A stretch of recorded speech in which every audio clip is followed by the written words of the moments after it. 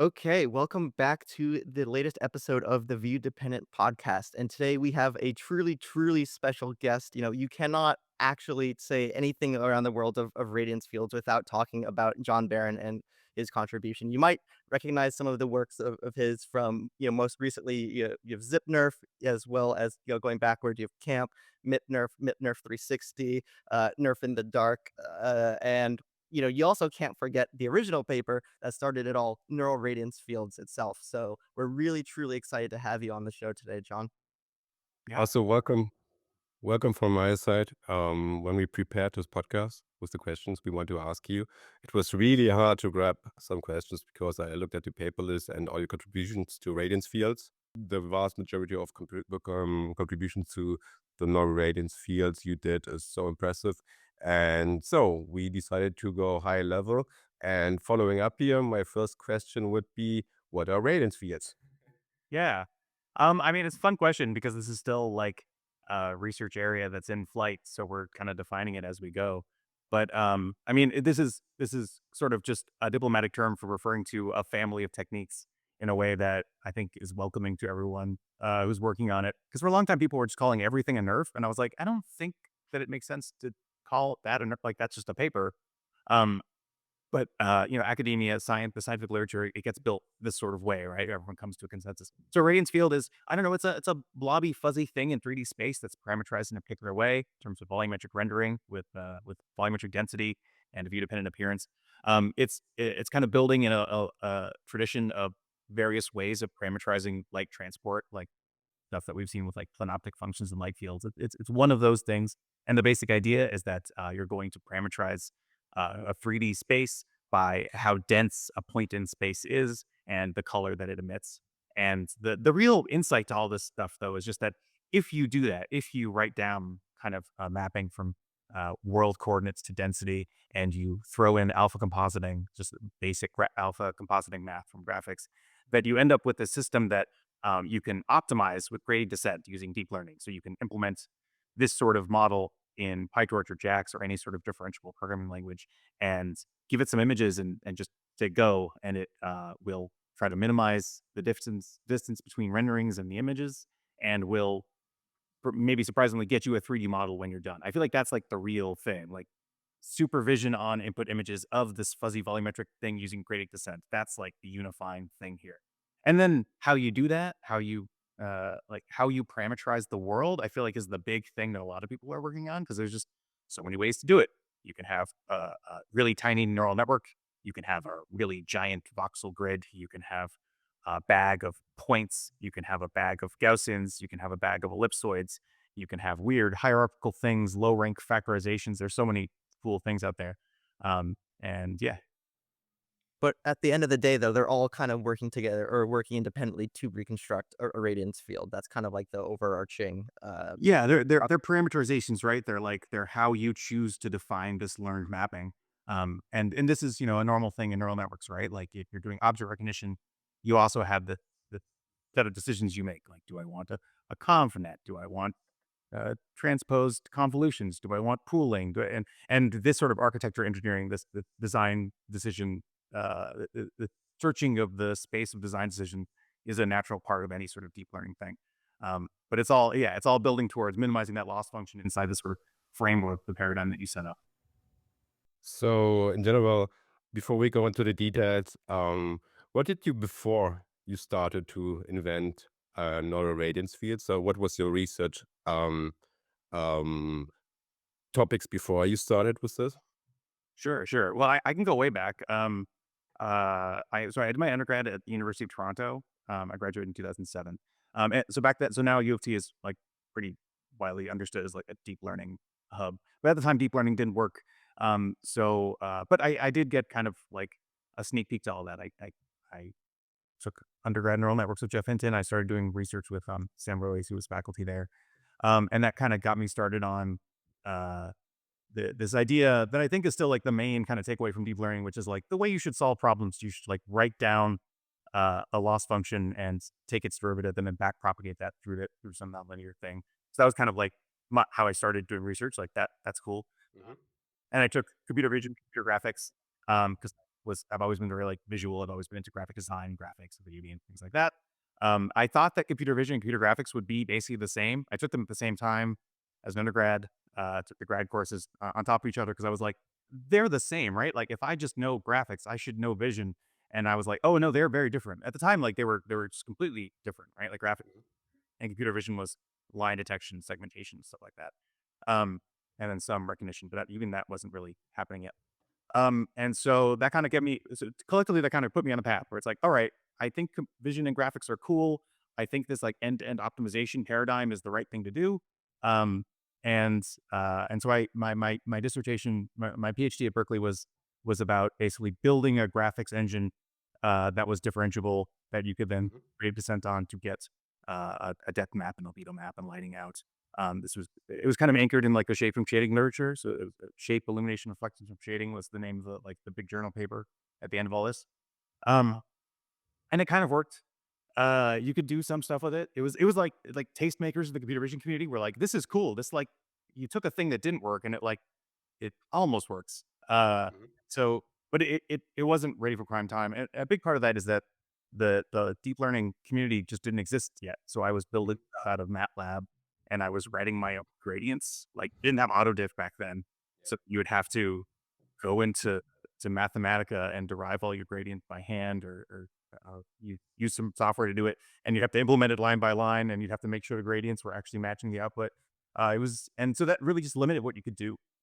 Um, and I graduated, and I was very lucky to get a job at Google X under Mark Lavoie, who's a computational professor at Stanford, who was on sabbatical at Google X at the time. Um, and that was this computation photography uh, pivot was sort of like really good fit for me because the things I was interested in were like most vision people at the time were dead set on recognition. They were like, I want to know if this picture has a cat or doesn't. That was like the main problem. And I never really resonated with recognition. I was like, oh, I want to know how far away the cat is or what color it is. I want to be able to like move it around and do stuff to it. And computational photography was kind of getting at some of the same things, right? Like if you want to do cool things with photography, you need to take an image and get a depth map out. And if you like white balance, like which is the thing that every camera is doing all the time, is sort of the same as like reflectance decomposition of an image. It's just in this very constrained space. So I spent a lot of time kind of applying machine learning to these problems, depth estimation, color estimation, lighting estimation in the context of photography.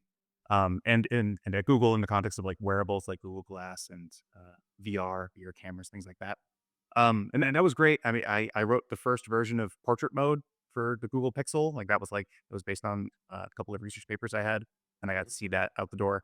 And the 2010s were really marked by this rise of mobile photography. Like that was like a very fundamental cultural change that we experienced that people don't talk about too much, but in 2010, no one had a camera, and by 2020, everyone had a camera. It was ubiquitous, and sending photos was like the main way of communication. So that was a cool combination of things, and it was an exciting time. And the like HDR Plus team, the computational photography team at Google was just stellar. So working on that was just fantastic. And then I don't know. And then the pieces were all together for kind of revisiting the stuff I tried to do in grad school that I couldn't do because Mhm. we didn't have GPUs, we didn't have deep learning. So it's like, all right, like let's dig deeper into that. And a lot of this is just that I was working with some really fantastic grad students at Berkeley at the time. Ben Meldenhall, Pratul Srinivasan, and Matt Tansik. They, two of them had interned with us previously, working on more computational photography stuff, and we all kind of had the same sort of interests. This is like, yeah, we're interested like in graphics as vision, vision as graphics, whatever. Like this, making connecting these dots and kind of solving this problem. So we had this collaboration that was between Google and Berkeley through this program that Berkeley has, this Bear Research Commons thing, and uh, and that let us nerf.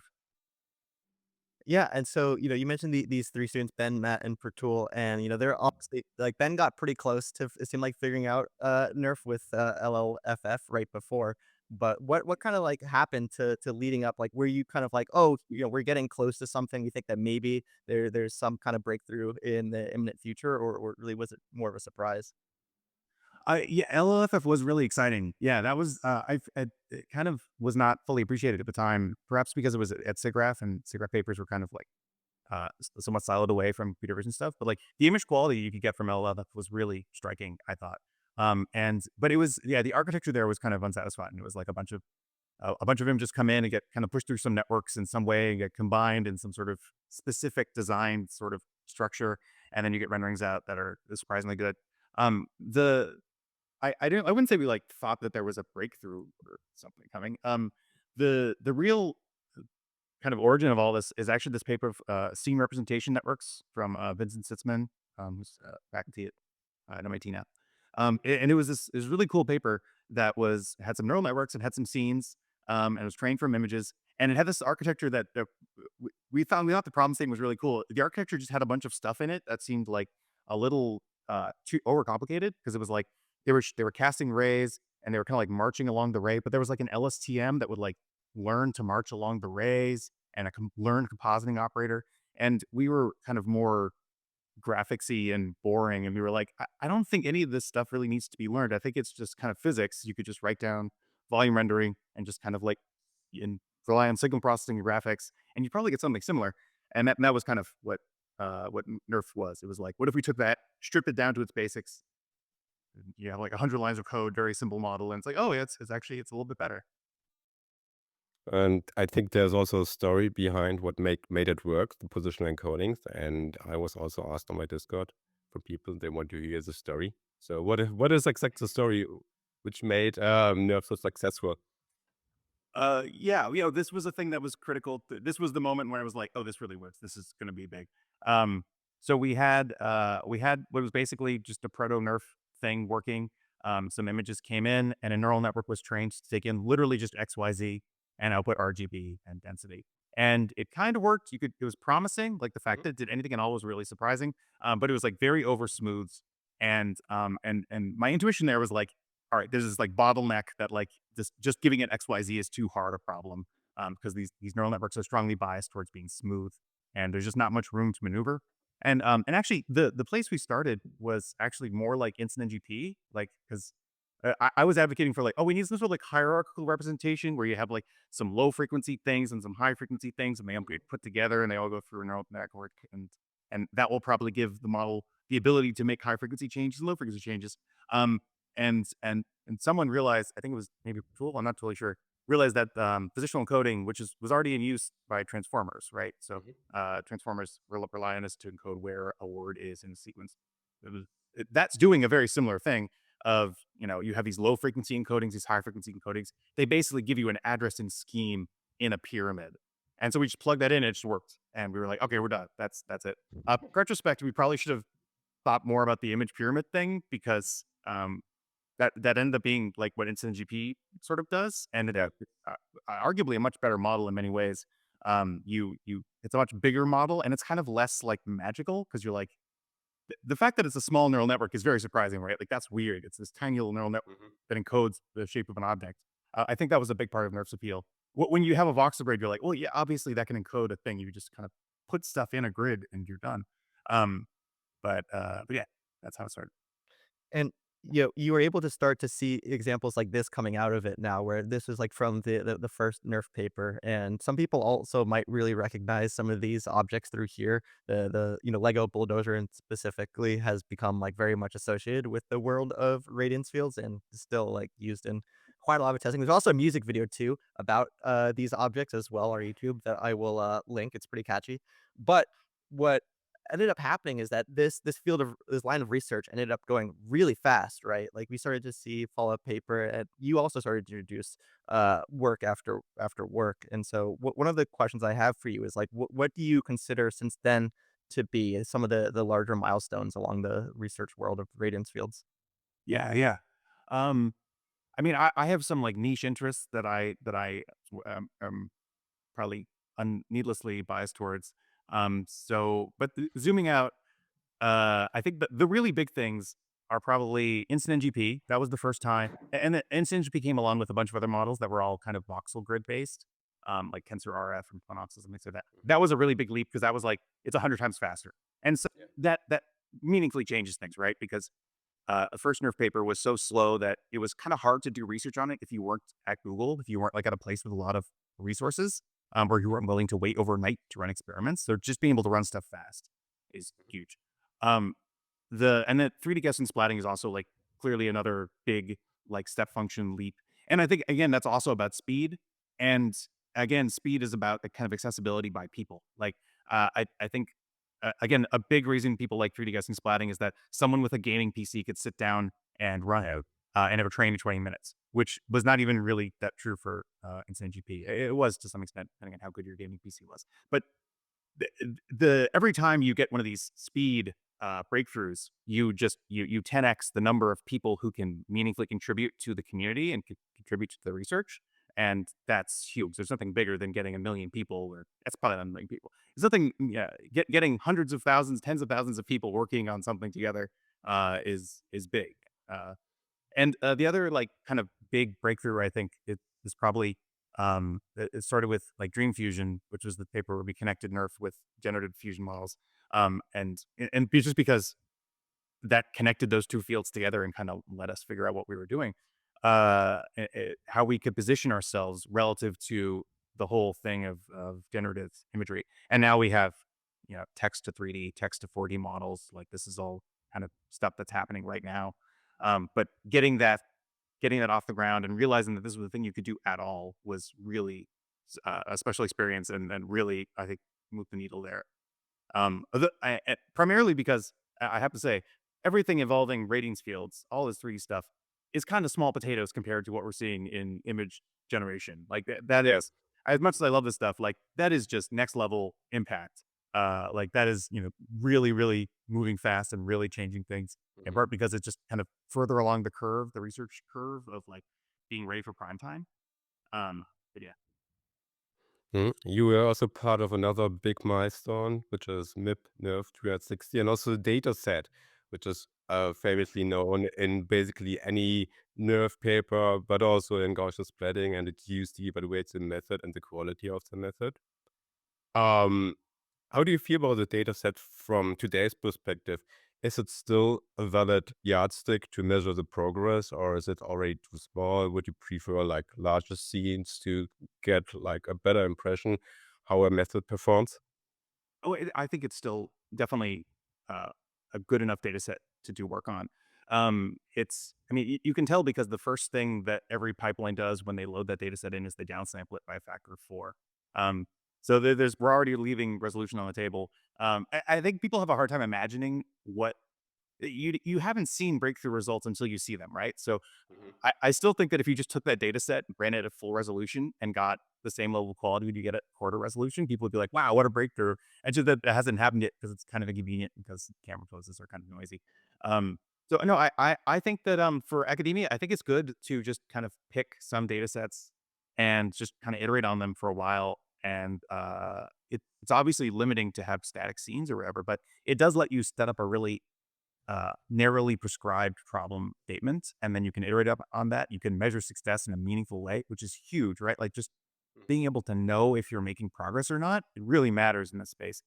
Yeah, I mean, I wouldn't, I'm not opposed to bigger, better data sets though, and people are working on that for sure. Do you feel there's currently like a stagnation because people are just writing um, on zero point 0.1 PSNR improvements or even less? Is there like a stagnation in quality? Uh, no, I think that making PSNR go up by point 0.1 is solid. That's a good use of time. You stack that up, 10 people do that, PSNR goes up by 1 decibel. You keep going, and that's what progress looks like. Um, so I came up in computer vision in like circa 2008, which was a period of genuine stagnation. That was a period where people didn't know what they were doing, and every time someone made progress, it didn't even really feel like we were solving the right problem in a lot of ways. Uh, and I think that what people in the modern era are so used to kind of the amazing world that we live in, where like just breakthroughs happen all the time, like especially in LLM land, like that stuff's just taking off like crazy, right? Um, and so you look at a field that's kind of chugging along as usual and making solid but not mind blowing progress, and you're like, is this stagnation? It's like, no, this is success. This is people solving a hard problem that's going to take some time, and you know it might not look like nothing cool happened on Twitter this week, but you zoom out to this year and like, wow, a lot of stuff happened this year, and it's really good. You zoom out to like, you know, uh, physics, and not much happens in a year or in a decade, right? Like it's still a very fast moving field. Hmm. So there was definitely one day in particular, in I think like mid 2023, where I woke up and this was the first time where I had several messages from people who had seen a nerf on the internet on Reddit. And for me, this paper was like also like very important because it started to show like here's some of the fidelity that you can get, and of course, the one I'm referring to is Zip-NeRF. And so I wanted to see if you could kind of talk through some of that innovation that you mentioned was brought on by first Instant NGP and how you adopted that into Zip-NeRF, which is still the current state of the art. Yeah, I think it's still the state of the art in terms of quality. It's definitely not in terms of speed. It's a slow technique, but again, we are mostly trying to just make quality go up. And speed is important, but not quite as important for us. Yeah, I mean this is a model that's built off of a combination of MIP-NeRF, which was a paper I worked on that kind of introduced this idea of reasoning about scale in the context of NeRF. It allowed you to encode not just a point in space, but how big that point in space is, which actually, it sounds subtle, but it really matters in terms of being able to capture a large environment. Because if you're in a big room, stuff that's up close will take up, a lot of pixels. As far away will take up 1 pixel, and actually being able to model that in the model matters a lot. And then it's also building off of Instant GP, which is a technique that allows you to train big models quickly. And it's a combination of those things. It's the way to do anti-aliasing and that. But a lot of that project is actually kind of the contributions for that paper are maybe wider than that. There's a whole bunch of stuff in the paper that's kind of hidden in the supplement about how to do smarter proposal sampling to get rid of certain kinds of aliasing. And all these papers end up being kind of like a bundle of ideas that in this case just kind of reflects like a year of progress in our team. And it was all in service of Google Maps has this feature.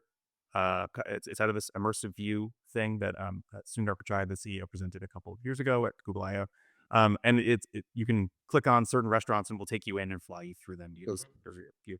And so the paper we were building this technology largely to support that product, that technology, just being able to scan large environments. And the reason we use My House is because it was easier to just walk around my house and take pictures than to get clearance from whatever restaurants or a series of restaurants to open source their data. So that's how that happened. What was it your goal to get a good capture? So did you study how to make great captures, or was it like a random walking around in your house and doing capturing? Because then we could try to optimize the craft. Yes, we have spent a lot of time thinking about how to do a good capture. Actually, a lot of this goes back to that LLFF paper, which kind of analytically prescribes how to do a good capture. If you just look at the physics and the math of it, like it's kind of just it's in there.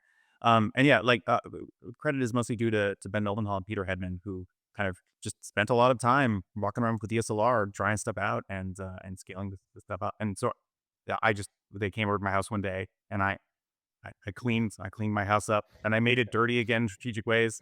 And then we just made a conga line and walked through the house, taking pictures and trying to get everything right.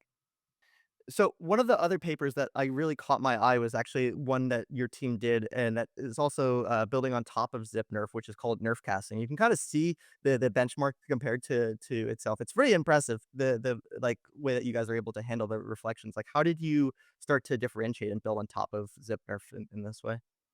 Yeah. So this is really cool work led by Dora Verben on my team. So in a normal kind of default nerf like model, the way you model the appearance of a point in space is you just kind of learn a mapping from viewing direction, so how you're looking at it to what it looks like, and that works totally fine in a lot of circumstances. If the object isn't shiny, if it's just made of kind of some dull color, totally sufficient to just do that. But it starts to break down when things get really shiny, and and that's because there's like an obvious mismatch between like how shiny stuff works and your model in that case, right? Like the way shiny things actually work in real life is that light is coming in from the environment and it's bouncing off of the thing and it's going into your eyeball. And so this work, and we're not the first to do this. Other people have tried this sort of thing. We're not doing this sort of normal view dependent parameterization. We're actually shooting a ray out at the thing, at the object, out into the world, and it's going to hit something. it's gonna look at the angle of the thing it's hitting, and it's gonna go bounce off. This is just basic ray tracing 101, very, very normal stuff. The really hard part is that uh, you've shot a ray, and then you need to shoot a ray from that ray, and so you get this kind of combinatorial blow up happening because and you don't just want to shoot in one direction; you want to shoot in a bunch of directions because that light is actually going to, or the light gets scattered and kind of turns from a ray to a cone. So the hard part there is again kind of figuring out multi-sampling, figuring out how that cone works, and then a lot of elbow grease getting these models to work. But the results are really cool. Like it looks good. You see it, and it looks shiny and nice. The thing I really like about it is that in that car you showed, you can see a lamppost reflected on the car, and that lamppost is never imaged in one of the input images. So at no point did the camera like tilt up and take a picture of the background. Um, the model is only ever seeing that lamppost in the reflection of the car. But it does know that it's there. It has figured out, and like in the 3D model, there's a lamppost there. So for me, this is just kind of naturally building on a line of work that we've had for a while, which is let's make our model match the physics of match reality, match light transport as accurately as possible. And it's hard every time you add a level of complexity, like going from one ray to multiple rays. The problem gets harder, but if you do it, you get these really cool wins. That's awesome. And so now I kind of want to shift focus towards the general feature of nerfs because, there's so much hype online and on Twitter and LinkedIn about the different radiance field representations kind of competing with one another. But I want to get your take too on like where you think nerfs are headed. Yeah, I mean, I think they're probably going to head in a few directions. The one big macro trend you can observe is just speed, right? Like Mhm. shifting to models that get faster and faster. And for me, a lot of that is just like so we have graphics, right? We have computer graphics, the field of real time rendering, etc. This is like a tremendous success story for computer science. We spent 40 years. The people got into garages in the '80s and started making rendering engines, Pixar's and PDIs and things like that, and wind the clock forward by 4 years. And we've solved graphics. Graphics works really well. We can render beautiful, amazing images in real time on hardware. And we're kind of on a similar arc, right? Like we can do really cool things with like giant workstations, and someone who's an expert can kind of sit down with this technology and make a really nice video if they spend a lot of time caring about where their cameras are and stuff like that. Mhm. But it takes a lot of time, takes a lot of expertise, and it doesn't render fast. So I think we're gonna just keep sort of pushing in the same direction of image quality, speed, usability. But speed's the really big thing to go because we're still not in the regime of really great real time rendering. Like there are works that can take a nerf and kind of export it into a mesh like representation, and those render fast because meshes render fast because graphics is solved to some extent. But the quality gap there is big. If you take a nerf and you turn to a mesh, you lose something because you've taken a bunch of nice soft fuzzy things and made them into little sharp things. 3D Gaussian splatting is really cool because the representation you're optimizing over is the representation you render at the end of the day. Like you can just render, you can splat Gaussians really fast, so you can train fast, and then when you're done, you have a thing that you can put on a device, and it will render pretty fast. Um, but you take on a lot of there's a lot of downsides to that model because your model becomes very big. Splatting as a rendering strategy is not physically accurate in a bunch of ways, and you still get weird artifacts. And also, it's just not actually quite fast enough for a lot of things you'd want to do. It's still an order of magnitude slower than rendering a mesh in a video game, right? And Mhm. so I think until we're kind of in the regime where you can uh, take one of these models and render it on your phone at 60 frames per second at 4K without your phone letting on fire. Like there's still work to be done, and every time you make one of these speed breakthroughs, you really widen the set of platforms you can target and the number of things you can do. And so I think that pushing on that is going to be huge. So yet now we have this Gaussian splatting method where we have a discrete representation and we were doing the splatting all the time. And quite recently, over the last couple of months, ray tracing in a Gaussian splatting context came up. So what do you think? Is it another big milestone for Gaussian splatting? And what does it change? Which I think that that's worthwhile. It's worthwhile to pursue that direction. It's a little weird because in my mind, there's like rasterization and there's ray tracing. And the rasterization is nice because it's very fast, but it makes a bunch of approximations that limit its quality. Ray tracing is very nice because it's theoretically very elegant and simple, but it's slow, but the image quality is very high. And so there's a natural trade-off there. I think that ray tracing a bunch of Gaussian splats, like in particular, doesn't really make sense because once you've made it a splat, it becomes this weird billboard that kind of doesn't yeah, it doesn't make sense to ray trace that, right? Like these are kind of at odds with each other. There is some work on ray tracing Gaussians without splatting. There's a paper Mhm. called like "Don't Splat Your Gaussians," and there's a couple of other ones. And these are doing something that I think makes a lot more sense than 3DGS, but it's a lot slower. And I'm actually going to shoot array, and I'm actually going to model volumetric density as opposed to kind of a billboard of opacity, and I'm going to push through that. This is a good model. We have our own work in this space. This paper called Ever that came online a couple of months ago, where we were pursuing the same sort of idea as what people were doing with ray tracing Gaussians, where we thought, hey, we should probably ray trace these Gaussians or ray trace something like a Gaussian. And as we dug into the math, we realized we could ray trace something even simpler, which is just a an ellipsoid, so some football shaped object with a constant density inside. Which kind of at first we thought that that wouldn't work because it was too simple and that it was too hard, like it doesn't have these fuzzy edges, but it actually does because if it has constant density, if you look at it with a glancing angle, you see less of it as you traverse through the edges than if you traverse through the middle. So it actually ends up being like a totally sufficient model, and the image quality goes up a little bit. Um, but speed takes a hit, right? Because you switch from rasterization to ray tracing. That's just going to be slower. We're leveraging a bunch of highly optimized GPU ray tracers to make this work, and it's still a lot slower. But NVIDIA is doing a great job of pushing out ray tracing, so I'm optimistic that stuff will continue to get better. The nice thing about ray tracing for me here is one, the model is like physically meaningful in a way that 3D Gaussians aren't. 3D Gaussians are kind of like this fake set of billboards that have opacity that can look very convincing, but you can't like poke at it. You can't like kind of deform it or manipulate it, or even like doing depth estimation from them is always kind of weird because there's the model is making some approximations that break reality. But if you have volumetric Gaussians, like that's just physics. You just know what to do. And you can talk about it in a very, or sorry, if you have 3D volumetric ellipsoids, the math all works out and the physics works out. This is nice because depth estimation, robotics, things like that, kind of become easier. Also, you can just have arbitrary camera models without having to worry about it because ray tracing is again just very flexible. But again, these are all trade offs. And as a result of this too, you're also kind of solving that popping issue with Gaussian splatting as well, right? Yep. Like that's just no longer a concern. Yeah, it's impossible to pop in this model, which is nice. you posted this taxonomy on Twitter, and there you have like deviation between rasterization and ray tracing, where you just put in the method which belong to which quadrant. So biggest question would be here: why can't you rasterize a field? Yeah, that's a good question.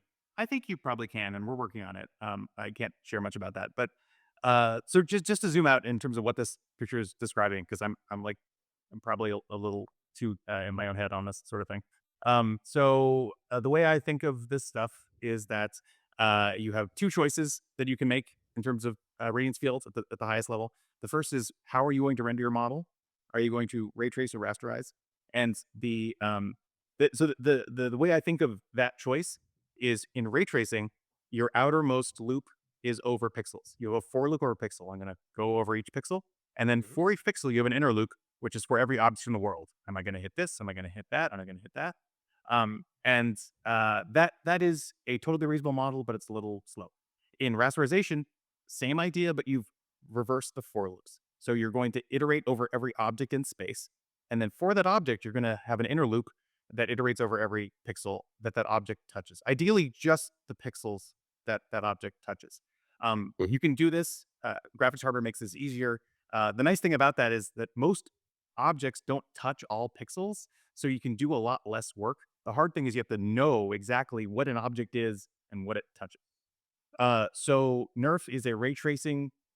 Sorry, the second choice is what are you ray tracing or what are you rendering? And you can either render a field, which is this soft, mushy, fluid thing that doesn't really have discrete components, or a set of primitives, which is a bag of things. You have N things, and here they are. They're there, they're this big. That's what they are. Uh, so those two choices, there's also trade-offs there. A field is nice because it kind of exists everywhere. Like you can kind of talk about it. You don't have to think about primitives. It's also nice because you can make them very small. Primitives are nice because you know exactly where they are, the extent of them. You can move them, which is huge. And so for dynamics, I think primitives are like way better. There's a bunch of problems, which is like if I want my scene to be twice as big, I need twice as many primitives. So they don't scale very well. But again, trade-offs. So NeRF is ray tracing a field. So you're iterating over pixels and you go out and you just kind of draw samples. You don't know where stuff is. So you have to look everywhere along the ray for where stuff might be, which is the whole problem. And Gaussian splatting is you iterate over things in space and you slam them onto the image plane, and it's very fast. The quality is not great, but it's so fast that it's worth considering as a great model because speed just is so powerful. And this model this ellipsoidal model it's flipping one of those two bits, right? Like it's in between these two models where we're still ray tracing. We still have to iterate over every pixel. But the thing we're ray tracing is a set of primitives. And this gets you a nice trade-off where the quality is much higher than splatting.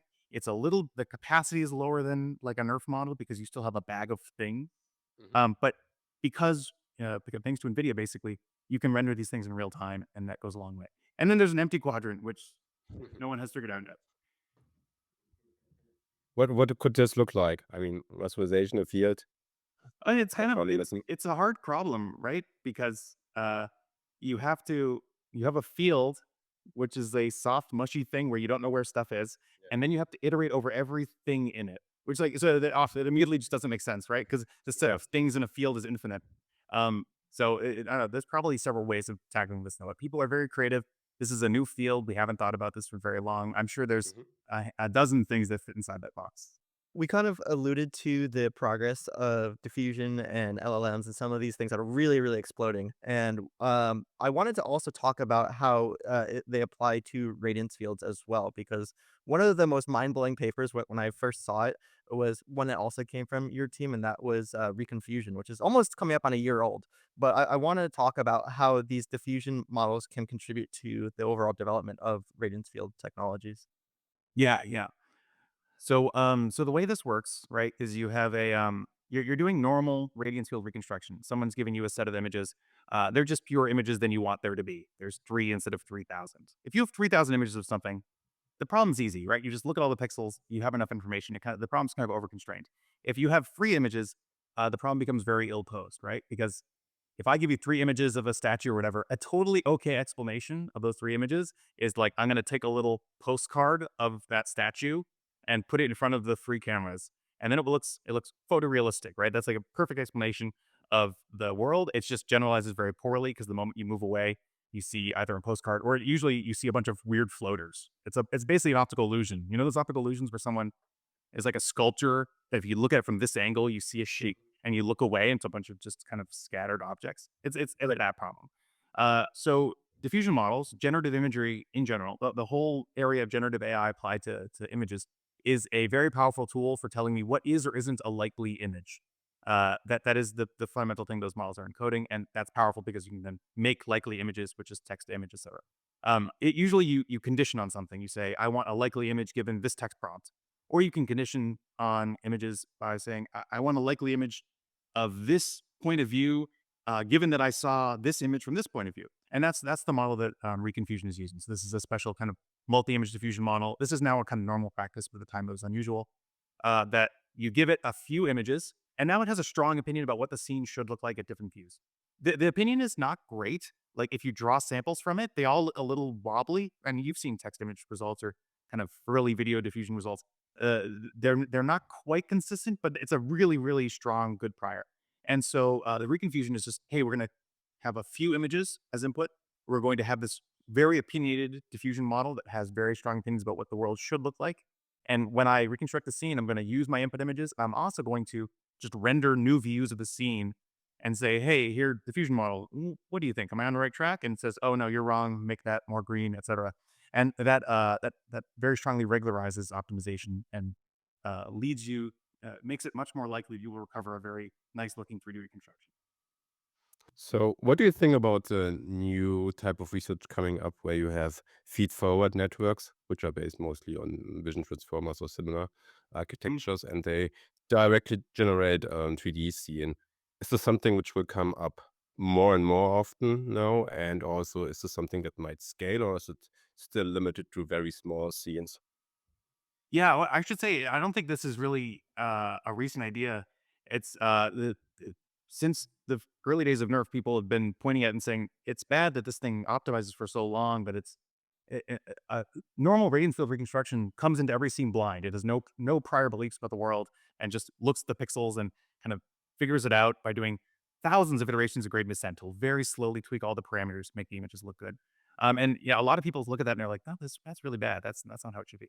Um, and so the alternative is you train a big model that takes in some images and just spits out something. It just in one shot it tries to guess what the world is, or you can imagine like a fusion approach where in 30 shots it tries to guess what it is after refining. And people are working on this. There's a lot of papers now. There were a lot of papers in like 2021 doing this. Like Pixel Nerf did this. It was like a comment type approach that was trying to do feed forward reconstruction. The and prior to Nerf, this was a very normal paradigm. Like there's a lot of 2019 era papers that are feed forward trained ComNet type architectures that will look at images and directly emit intrinsic properties like depth and whatever. Uh, I think that this is valuable line of research. It's worth pursuing. But it comes to some trade offs, right? The trade off right now is basically that like image quality is usually worse. And which makes sense, right? And we've seen this with diffusion too. Like before diffusion, we had GANs, and GANs would look at a text prompt or look at an image and just try to just emit a likely looking thing in one shot. That's really hard. Diffusion models, they don't try to do this. Instead, they try to iteratively update something. They're still kind of feed forwardy, but they get a few shots at it. You know, they'll make a guess. It's not very good. They refine it, and that was huge for that community. Like that was what made it work. Uh, so I think that we have the same sort of trade-offs here, right? Like we could try to emit a 3D scene in one shot, and the quality will be a little subpar. Uh, or we could go in the other direction and just do graded descent for 10,000 durations, and quality will probably be pretty good. I think in between is going to be probably where we end up, like the fusion models did, where there's some learned stuff and there's some iteration because it's uh it's just really hard to get this right in one shot, and you don't want to wait 10,000 iterations. Um, but the thing with learned feed forward models that I think people don't appreciate is that so what's nice about like a very vanilla radiance field model is that you can make a software package where people upload some images and it just kind of works, you know, because it's and they could be images from the moon, they could be images of things you've never seen before, but they obey normal geometry, triangulation and stereopsis and all that stuff just like holds because it's just there's not many strong Mhm. prior beliefs. And so these models are very portable and very widely usable. And a lot of these feed forward models, they, they don't generalize super well to all kinds of data. And it's really, really hard to build feed forward models that just generalize to everything they're ever going to see. So you have this portability trade off that in some cases it's fine, right? If I want to make a system that takes in photos of people. I'll just train on lots of photos of people. That's fine. Like that's a totally viable thing to target, but it's going to fail on other things, pictures that aren't of people. So there are trade offs there that I think, and I am always trying to just be as broadly useful as possible with this technology. So I'm a little afraid of feed forward because it's like, oh, then you're narrowing the scope of impact you can have. And just out of curiosity, because we talk about like how like there's this number of iterations and training time and like having these trade-offs. Do you think there is a world where Radiance fields just begin training instantaneously, like truly instantaneously? Yeah. Yeah, I think that'd be cool. Yeah, I think that's not crazy. And this is a thing. This is me dating myself, but like back in the day, or back when I was a child, in like the 80s and 90s, uh, there was a lot of work on 3D reconstruction optimization type problems where people they couldn't afford to just do gradient descent for 10,000 iterations. You just couldn't do it. Like you couldn't wait that long. You would have to graduate with your degree before optimization would converge. And so everyone spent all their time coming with like really nice, simple optimization problems with really nice analytical properties, and they would develop really sophisticated optimization algorithms, like preconditioning approaches, where you could take your problem and just because you're good at math, you could make it go from taking 10,000 iterations to taking like four. And this is tremendous, right? Like that's like that's good stuff. It's hard to apply in a modern context where you have these highly nonlinear learned mappings because we don't know as much about them analytically as we do about like simple closed form least squares problems. But that I think would be the biggest win, right? Is that we don't have to pre-train these models on a bunch of data to kind of learn a bunch of heuristics. Like, no, we just like thought about math really hard and we get a nice big win. And some of the things we've seen, I think, are doing that under the hood. Like a big reason Incident GP works well is because it has this kind of like multi-resolution optimization scheme that really closely resembles stuff from the 80s. And that's why it can train in like 1,000 durations instead of 10,000. But you want to get down to four, right? Like there's a big figure between 10,000, 1,000, and four. Yeah. So I would love to get there. So, what do you think about dynamic radiance feeds in general or dynamic Gaussian padding? The method, it doesn't matter because most research is done on static scene. Is there a reason behind? And also, is the reason why you are mostly focusing on static scenes? So, why is dynamics kind of a little bit neglected? I mean, I don't think it's neglected by the community, but it's definitely a little neglected by me. And a large part of that is just the things I'm focused on at Google are we've worked on like Google Earth or maps and shopping and things where there just aren't that many dynamics. But as like a scientist, I'm happy to restrict myself to static scenes just because they're still hard and Mhm. oftentimes people try to advance the research agenda by just kind of growing the scope. Um, and I think that doesn't always, that's a way to make a paper, right? Like if you have a static model and you make it dynamic, you can write a paper and you can show that it's dynamic. And that's worth doing. But oftentimes you're just kind of making the problem harder for yourself and you're ignoring the fact that there are still unsolved problems in the simpler versions. And in my mind, I don't think static reconstruction is solved. I think the quality and speed are still not good enough. And iterating on that as a researcher, I think is worthwhile. And if you make progress there, it should translate to dynamics just fine.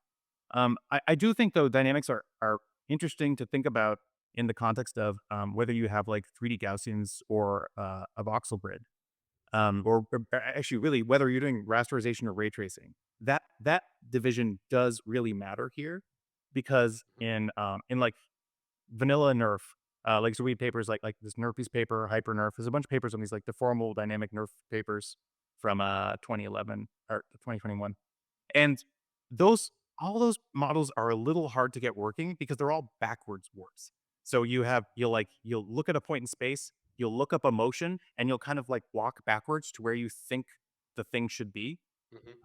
This is just anyone who's worked in motion estimation knows this is not what you want to do. You want to have forward works. You want to say, "Oh, I have a thing and it's moving." Mhm. That is really really nice. And so models that are based on primitives and which are usually rasterization. I misspoke earlier. These are primitive based models rather than field based models. Uh, these primitive based models are really, really well suited to dynamics because you can just pick up Mhm. something and move it. And that makes things that you can have things that collide into each other, overlap, whatever. It all works really well in ways that a backwards transformation model just can't do as easily. So I do think that if that I do keep dynamics in mind because I think that this is like so important that it's a good reason to prioritize primitive based models in some contexts. But there's still plenty to be done in static scenes for sure. But also for static scenes, if you are outside and you're shooting a tree and it's very stormy outside, so the trees are starting to move, and let's say you make like three loops around the object, you pretty much mess up the capturing. So would you regard it still as static, or I mean, has a slight dynamic component, but in theory, it would be still a static scene, right? I don't know. Yeah, yeah, no, truly static scenes are very rare. And a lot of this becomes a question of scale, right? Like an atomic level, nothing is static, I guess. Yeah, no, I think that, but if you're trying to solve the like wobbly tree problem, that's just a little bit of extra stuff on top that you can do in a lot of different models. It's very different from like a person doing a backflip, like Yeah. there, the techniques that will work are the techniques that work for a tree are going to break on a backflip. So, but yeah, no, this is a thing that comes up where it's like, oh, we have trees. Like there is some motion; it's not fully static. Got to think about it. So, kinda extending the conversation about challenging, like, problems, outside of the one that we just talked about, like, rasterizing a field, like, what are some of the more memorable challenges that you've been met with as part of, like, your research in the Radiance field world? Uh, yeah, that's a good question. I mean, the hard part for the first bit was just keeping up with everything. I guess this is still hard. When there's like a new kind of research results that kind of provokes a wave of enthusiasm. Uh, your job for the first, or my job for the first year or two, was just riding that wave and just trying to be in front of it. Um, and that's just it's exhausting, man. You just gotta keep track of everything that's happening. Uh, and you have to either decide if you're going to try to be the first person to solve a problem, or if you know that someone else can solve the problem faster than you, or you know that there's a problem that other people are going to ignore that you think is important, but other people can't tell is important yet. So you're going to prioritize that. So you can kind of zag when everyone's zigging. But yeah, it's a grind. I mean, also, I mean, NERF came out the first week of COVID. A 6-month-old baby at the time at home. That was just hard in a variety of ways. So yeah, my actual answer to your question is kind of goes beyond the scope for aid skill. Now things have kind of relaxed in some ways, because and the research results you're seeing are less like, oh, who's the first to do this obvious thing that someone could do, and more about thinking very deeply about a hard problem, or thinking about multiple things in conjunction. Like 3D Ghosts and Spies is a great example because that is someone thinking deeply about what will make rendering fast while also thinking deeply about how optimization can work with that. So you have to solve multiple problems at the same time. You're not just like taking last year's paper and adding a layer to it or expanding it up by one dimension. And that's honestly a style of research I find more satisfying. I don't Mm. like the rat race, but it does mean you spend a lot more time kind of staring at a blank page and thinking, which is hard. Yeah. Are you still coding your research up yourself, or is this something you have no time? No, I still feel very strongly that I want to do the work and write code. I love programming. Been doing it since I was like 9 years old. I have no plan on stopping. I try to balance my managerial responsibilities with my independent research. I always try to write like a first author paper every year. So I definitely don't want to abandon that because it's fun. That's what I got into this for. I am still a good manager. I just don't manage that many people. I have a somewhat reduced scope compared to what I could if I just kind of gave up on IC work and just focus on being manager. And so when you talk about just, like, trying to, like, avoid the rat race and keeping up with all the things, like, what would you recommend to just other, like, researchers or current students who are kinda, like, seeing this world collide super fast and trying to decide what to do? Yeah, I'm very sympathetic to current grad students because they are entering. You're entering, a research community during its peak. Like this is the AI singularity probably. Like it's a very unlike what this field has been like, what any of this has been like in the past. And it's hard, it's stressful. And I see that in young people and I get it. I think that you gotta focus on things that people aren't focused on because we're also in an area of like social media kind of dominating how academics think about research in a way that's probably counterproductive. So Cal Newport has a series of books about deep work. He's a CS researcher in theory. I don't actually know his work. I just know his kind of like pop science books, which are great.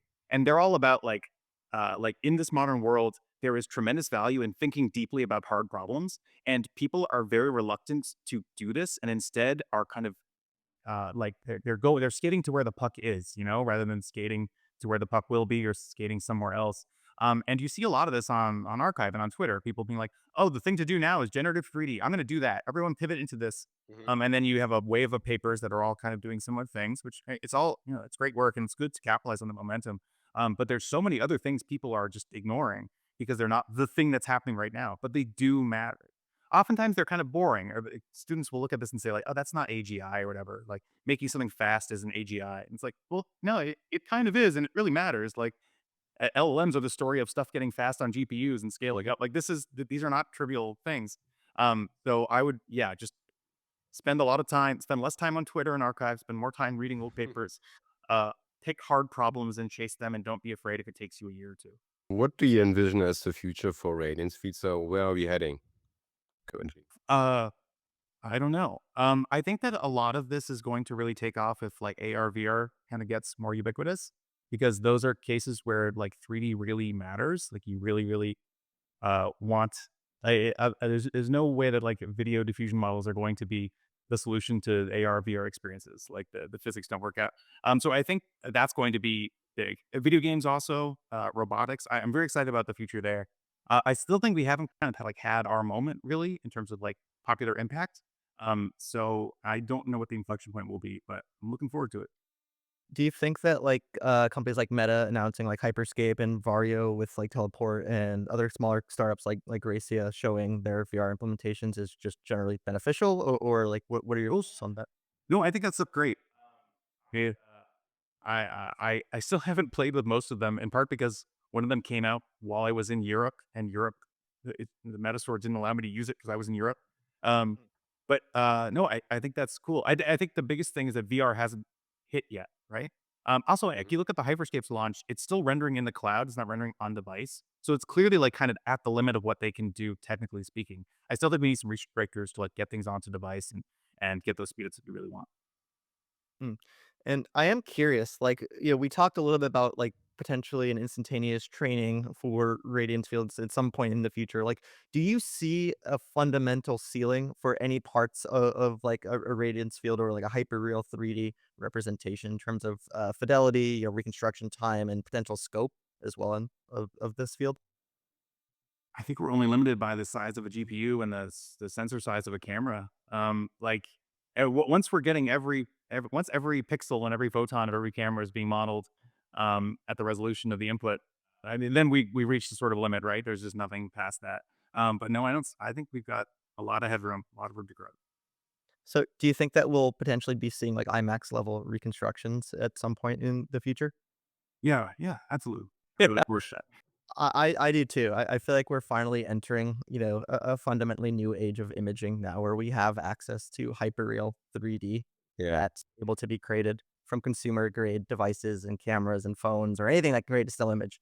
And, when we talk about some of the generative applications too, I really am excited for the future. I do have one last question, and it's related to the world of social media that we were just talking about.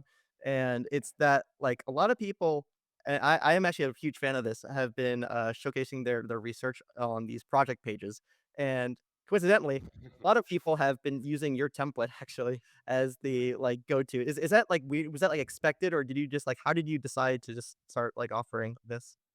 I mean, some of it is just that I have like a graphic design layout background from work I did in college, and so I was like pretty good at HTML when I started grad school, and I like didn't. Professors have terrible web pages, so I was like, I'm gonna spend some. I spent I don't know like a week making a nice looking web page that was not sophisticated or whatever, and then I put it on GitHub, and where people just started pulling it off my website, and eventually I put it on GitHub to make it easier. I don't know. I think it's just um, a lesson, about, like, just putting your stuff out there. Like, the weird thing is that no one had put their website on GitHub previously, which I think is strange because 'cause they're like, "No, that's too personal or something." But I think a lot of people, like Andre Karpath is a really good example of this. Like he was the first like AI researcher to blog, which in retrospect sounds insane. Like why wasn't everyone blogging? Everyone should have been blogging like crazy, but he was the only one doing it. And so he was putting himself out there and got a lot of attention. And just if you're a researcher, that's your job is to like put yourself out there, make your stuff available, let other people build off of it. And yeah, you don't know what people are going to find useful or not, so just put a lot of it out there. I think that's a very good words towards the end of the show. So thank you very much, John, having you with us. It was a joy to have you and talk with you about radiance fields. And we learned a lot. And I'm really curious about the rasterizing of the fields. Or how this might. But like in the chat secrets there or anything, I'm thinking about it too. I know, just in general, maybe we'll see something like this in the future. Yeah, cool. Yeah, great talking to you guys. Thanks for having me. Yeah, thank you so much, John, for coming on the show today. We truly it means an immense amount to have you on the show today. So we're very, very appreciative. And on another note, we will be back yet again for another episode next Thursday. So if you have enjoyed today's conversation, please do consider giving us a like and subscribing and doing the whole social media thing. So we very much appreciate it. And we will be back again next week. So thank you so much, everyone.